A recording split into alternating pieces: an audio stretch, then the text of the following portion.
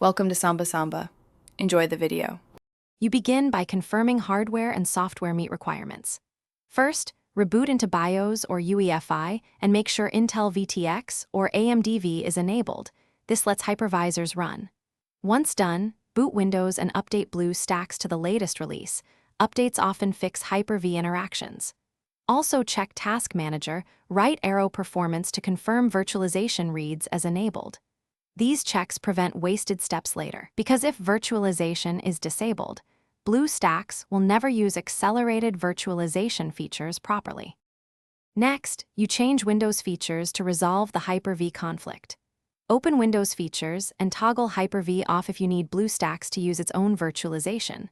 Alternatively, enable Windows Hypervisor Platform and Virtual Machine Platform for BlueStacks versions that support WHPX. If you opt to disable Hyper-V, run an elevated PowerShell or command prompt and enter. bcdedit/set hypervisor launch type off. Then restart. Make sure to restart immediately because feature changes require a full boot to take effect. Finally, you verify BlueStacks runs with the chosen virtualization.